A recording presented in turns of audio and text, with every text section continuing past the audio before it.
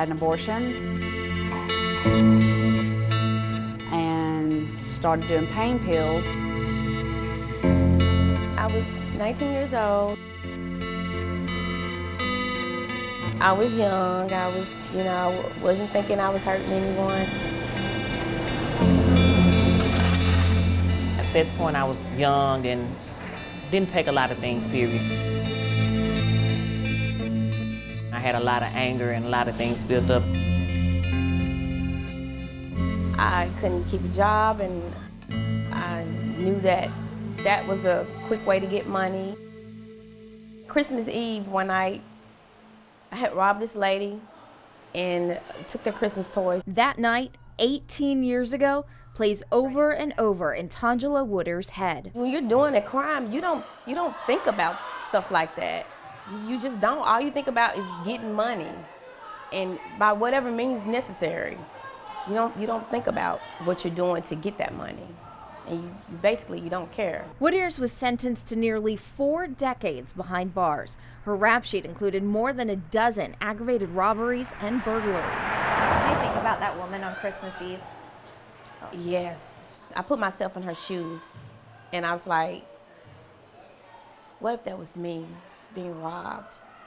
I'd probably live the rest of my life in fear. Could never get out of my car again at night, wondering, is someone gonna jump out and put a gun to my head, take me in my house and rob me? That is something she may have to live with for the rest of her life. That fear that I put in her heart. I wouldn't wish that on anyone. Lessons that only came to these women Forgery. I took 2 bank deposits from work. after months, even years, walking these halls. I've been a lot of places and I've come a long way, and I'm a totally different person now than I was then. Then, they were young, making bad decisions with seemingly no way out. Now, locked behind these walls with really no way out. Even moments of mental escapes Trust and believe in God, are no escape at all. and He'll protect you from people who commit crimes like that and that have no thinking or, concern for life. Taking someone's stuff, and I would be like, just please forgive me, Please forgive me. I mean, that's basically all you can ask. Tangela Wooders It's like, I often think, was 19 years old gosh, you spent your whole life in prison. when she first You've never really lived a life. stepped foot in prison. That first day, still surreal. It was scary, because first of all, I didn't know the seriousness of my crimes until they was hit with me in the face. A harsh reality for most of these women. It was hard. It was rather rough. It was a total different environment. Sitting in seg for 30 days by yourself, you can't go outside, you can't, not necessarily outside, but you can't go out your door. You don't have anybody to talk to, you don't have a roommate. Never been incarcerated, so coming to prison was like, wow. You can't talk to whoever you want, you can't talk the way you want, because I'm a very loud, abrasive, smiley, fun person, and I can't talk to guards the way I would talk to anybody else. I'm not home, I'm in prison, I have to be submissive and be quiet. Jessica Williams has been in and out of prison since 2011 when she was a drug addict and convicted of stealing deposit bags from the restaurant where she worked. Now she's one of the lucky few, We've got our front here. spending 8 hours a day, 5 days a week in a workforce development class. Not only do the courses knock months off sentences, they also help pass the days. All this stuff that we're doing right now is going to help us for when we go home. For prisoners, even the coveted distractions don't change where they are. At the end of the day, we're still in prison, and this is not a place you want to be. Working odd jobs for 50 cents an hour, occasional trips outside, rare phone calls, infrequent visitors. Someone have to tell you every day when you can get up, when you can go to sleep, when you can come in and out of your room, when you can basically eat, what time you can take a shower, or if you can take a shower. You know, this is not freedom. Prison is not freedom. And for each of these women, one day in prison is one day closer to life outside. 2 years, does that feel far away? At times, it feels lengthy. It does. And I wonder, can I make it?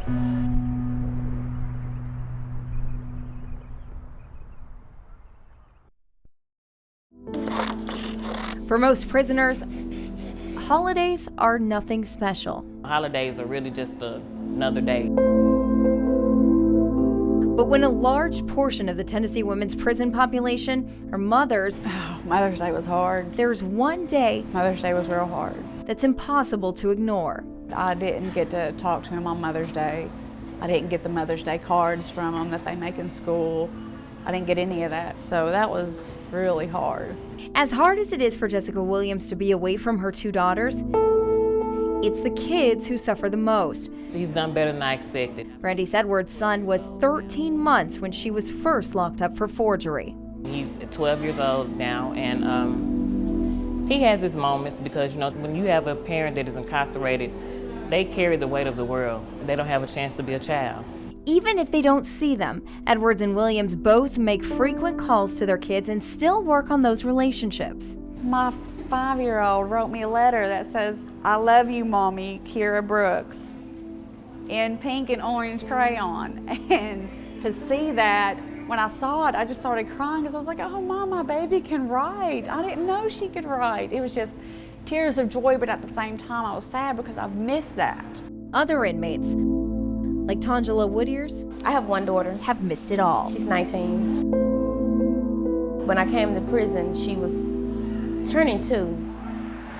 She was a baby when I left her. And I think she resent me for that. Whittiers is serving 37 years for aggravated burglary and robbery. It's horrible. It's because of that we have no relationship. Crimes that not only affected her life, She's sort of leading down the same pathway. She just don't care about what she's saying and what she does.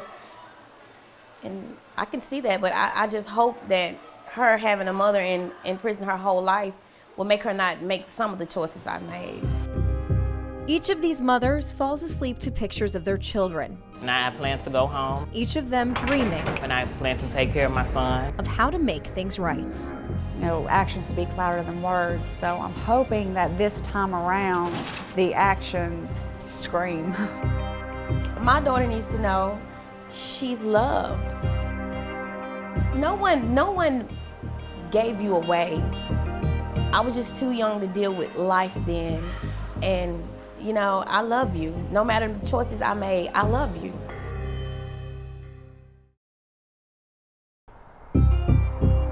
What year were you incarcerated? This time, In prison for drugs and theft, last October. Jessica Williams is one of many women who swore they would never return. This is my second time. A troubling and humbling experience It was awful. the second time around. Of course, when you leave out these doors, you tell everybody, I'm not coming back. This is not me. I'm gonna do everything I gotta do to stay out of here. I'm never coming back to prison. According to prison reports, about 40% of inmates return within 4 years of release. And then when you come through the doors, you got all the same people that you left behind, whether it's inmates or staff, and they're like, well, what did you do? You know, and it's like they're disappointed in you. So what happens?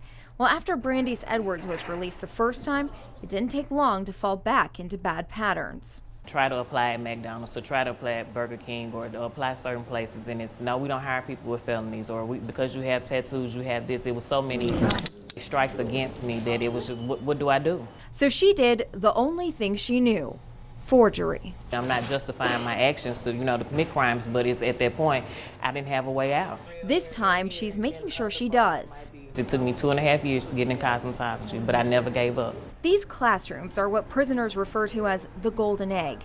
They help pass the days, knock 60 days off sentences, and completion gives them a foundation that many never had. They need to start from the beginning in every aspect of etiquette, respect for each other and other people as well. The classes are always full, spots chosen from waiting lists by a computer. When there is not opportunities and people don't know what to do, it's hard. From cosmetology to workforce development, even carpentry, the classes are designed to make a seamless transition to life outside these walls. I had to be a better role model for my son. An attitude Edwards wished she had the first time behind bars. You know, I had to show him that even if you do make a mistake or something happens in your life, that you can always make a comeback, a bounce back from it, and that's what I was determined to do. You gotta want it. You gotta want to get out. You gotta want better for yourself. Education is a door opener. Education is a key to a closed door. I've totally changed. And those are the people that you know are not coming back. They change before they leave. Change doesn't happen when you get out. Change happens on the inside. How determined are you to not come back here? I am beyond determined. I don't think determined even reaches on the scale where I'm at. I'm not coming back here. Whatever it takes, I'm not coming back here. I know that there's nothing that can stop me, and I know that. If you missed any of our local lockup series, make sure to check them out on our website, localmemphis.com. In East Memphis, Joy Lambert, Local 24 News.